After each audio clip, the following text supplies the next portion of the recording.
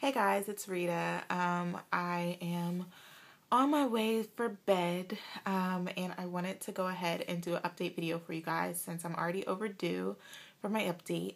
My last update, I believe, was weeks 9 and 10, and so I'm overdue for weeks 11 and 12. But a lot has been going on that has been keeping me kind of from making a video. Some of those things being work, of course. I just finished going through a training to become a mental health first aider. I had doctor's appointments that I had to go to. And then also this week, I kind of got injured from a fall down the stairs. Actually, not this week, like 2 Sundays ago. And then also Kimora is teething, getting in her back teeth. And she also had her first big boo-boo last week. So I've just been really, really busy.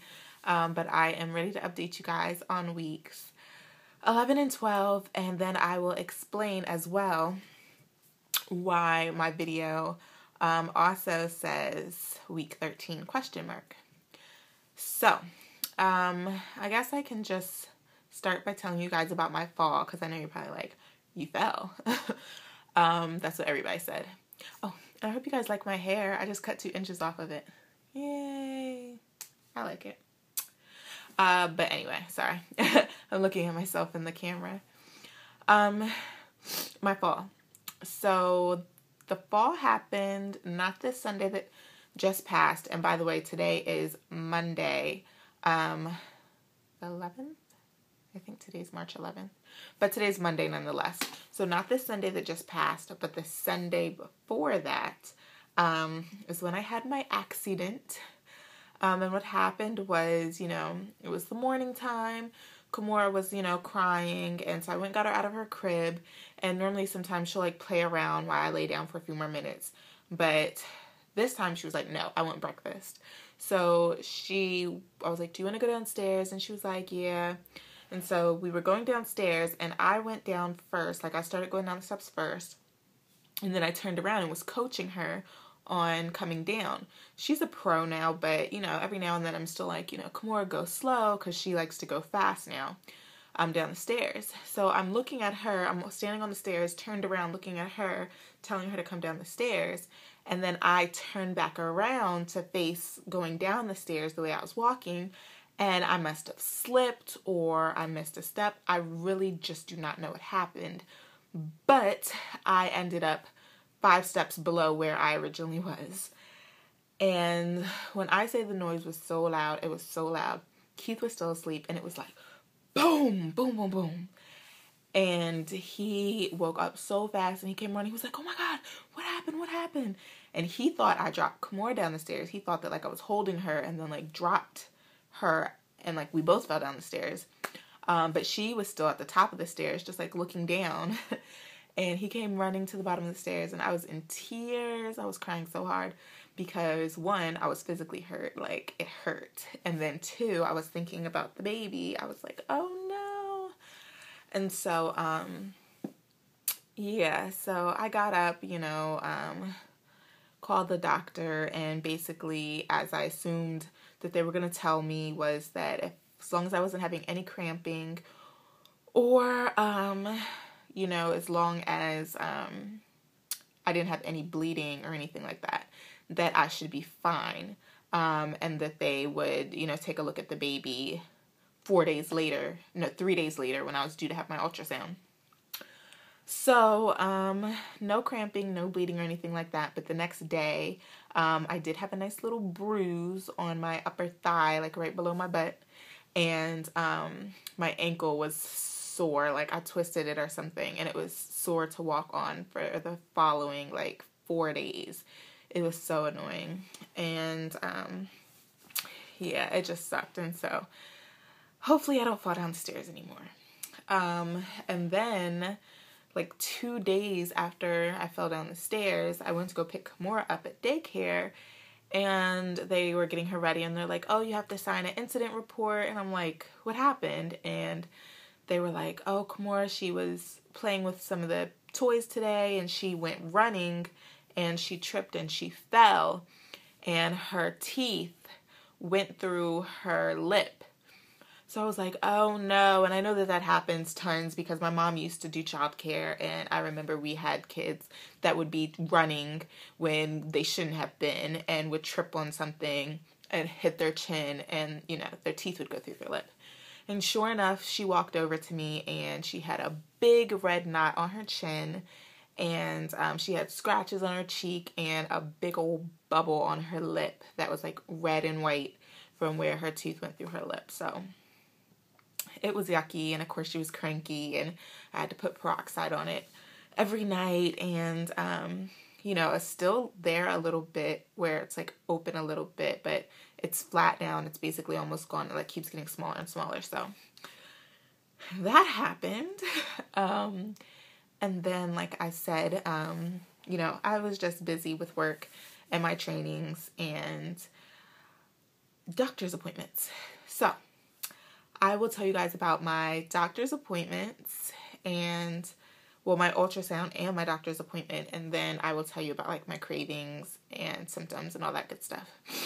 So, on March 8th, which was a Wednesday, I was, how far was I?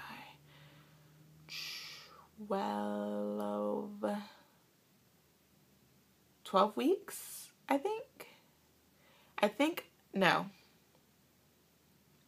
Oh gosh, why can't I remember? I cannot remember. I think I turned, oh, I know how far I was. I turned 12 weeks the following day.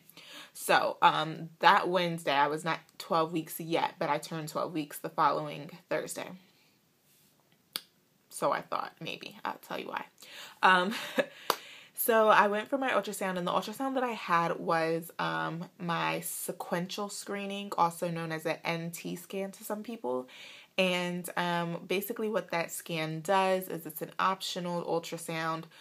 You only get that ultrasound if you ask for it. And what it is basically it's an ultrasound that checks for not only Down syndrome, but for something else that I believe is called like trisomy 18. Please correct me if I said that wrong. But basically it's like a Down syndrome screening, and you use the ultrasound plus blood work to kind of figure out what your baby's chances are of possibly having Down syndrome.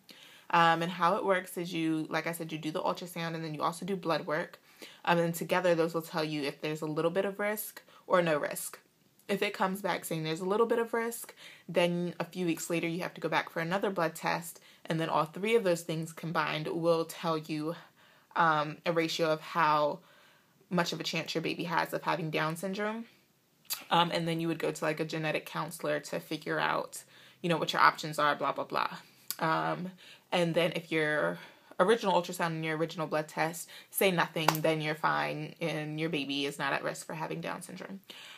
So there's no specific reason why we opted to get this ultrasound. Just the fact that we did not get it done with Kimora and that our insurance covers it this time. So we figured might as well be prepared and let's just check. Doesn't run in either sides of our family, so that's good to know. We should be getting our results back at the end of the week, so I will update you guys on that. What else? So the ultrasound went great. We got to see the baby. We saw the baby in 2D footage and 4D footage. The ultrasound tech, she was really, really nice. You know, the baby was uncooperative though. He or she had its legs crossed the whole time, and it had its hands up like this over its face. So we did not get a peek at the gender, but we did get some cool pictures, which I will make a separate video because I left my pictures at work. So I will make a separate video, kind of like I did last time, showing you guys of the pictures, which I believe I have like 10 pictures to show you. So, yeah, that was my ultrasound. It went pretty good.